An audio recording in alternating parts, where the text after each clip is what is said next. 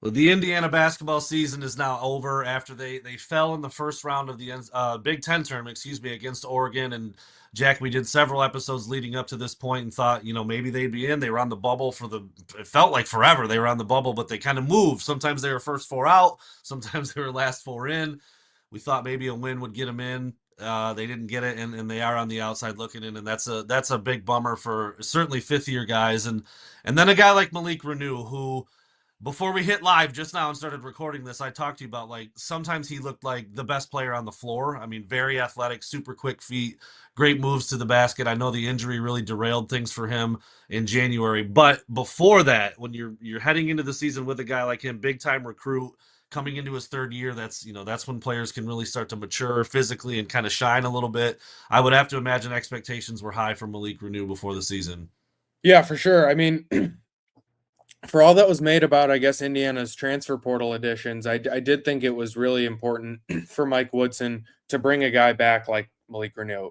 He went from kind of the backup role under Trace Jackson Davis as a freshman, then made the huge jump, averaging 15 points a game as a sophomore. Really strong offensive player. I think there were always kind of questions about how would he fit with Umar Ballo. Mm.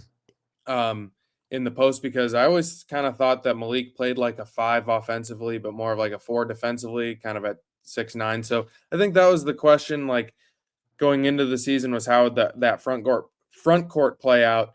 But he was a guy that I think going into the year you were like, he has a chance to be Indiana's best player and Mhm. an All Big Ten type of guy. Again, stole a little bit of your thunder here, but that injury in January, and that was I think about when you and I and Todd started doing the podcast. So when I really started paying attention, I saw this big clunky knee brace on him. I didn't really know his background. I thought it was maybe a pre-existing injury. You informed me that it was not. He started wearing that this year, so you have to imagine that affected him a little bit. And again, kind of the theme of Indiana basketball this year, inconsistency, because he did look like a guy who could go get you 20 plus any night, but it didn't happen every night. So how did he end up actually doing once expectations were in place? Yeah, so finished the year going 13 points a game. Mm-hmm. His minutes were fewer this year because they ended up sort of splitting time with Umar Ballo. I mean, I do think some of the issues with, him and Ballo didn't really fit together, because I think Indiana wanted Renew to become not to become a perimeter player, but add that threat to his game. Mm-hmm. Last year he went 15 for 45 from 3, which is 33%. This year, partly because of the injury and not playing as much, only went 3 for 24.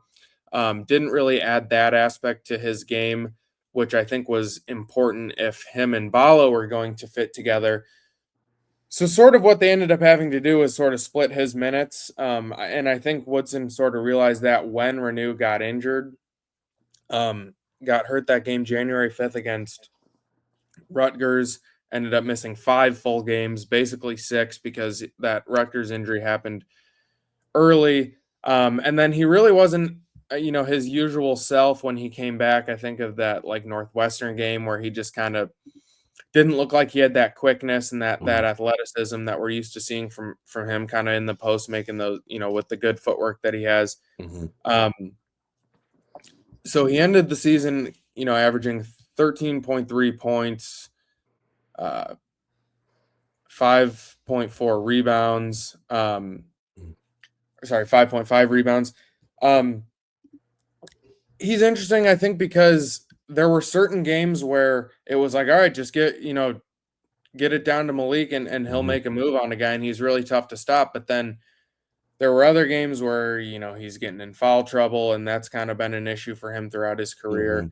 Um, he's not the best defender or rebounder, so which is kind of goes back to my comment earlier about how I thought he was kind of a 5 offensively, but a 4 defensively.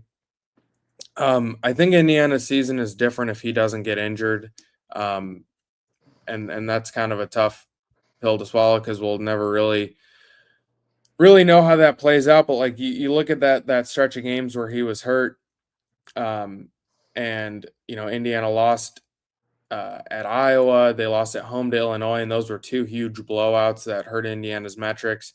He comes back and isn't really the same player against Northwestern or Maryland. And you think maybe if they get 1 or 2 of those wins, it's different. Um, So he regressed in some statistics this year, but I really don't think that speaks to who he was like when he was at his best. I would phrase it. It's crazy to think about a guy like Malik Reneau and Omar Ballo not working together. It's like the state of basketball nowadays, right? That's your classic four, classic five, man. Like that should work all day long. But yeah, if you're not, if Yeah. neither of those guys are really stretching the floor, it's tough these days with how many 3 pointers teams are taking. So, with all that being said, what's your grade for Malik Reneau this year as a junior? Yeah, I gave Renew a B. I think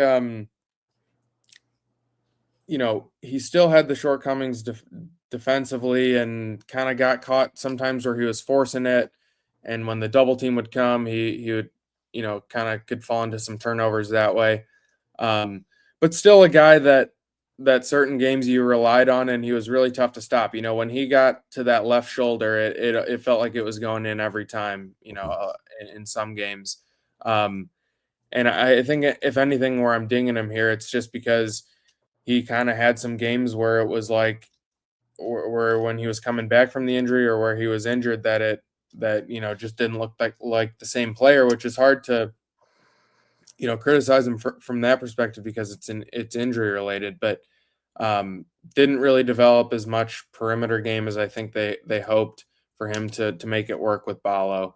But overall, a pretty solid junior season for Renew, and a guy that I think, depending on what he wants to do and what the new coach wants to do, would be a solid candidate to bring back.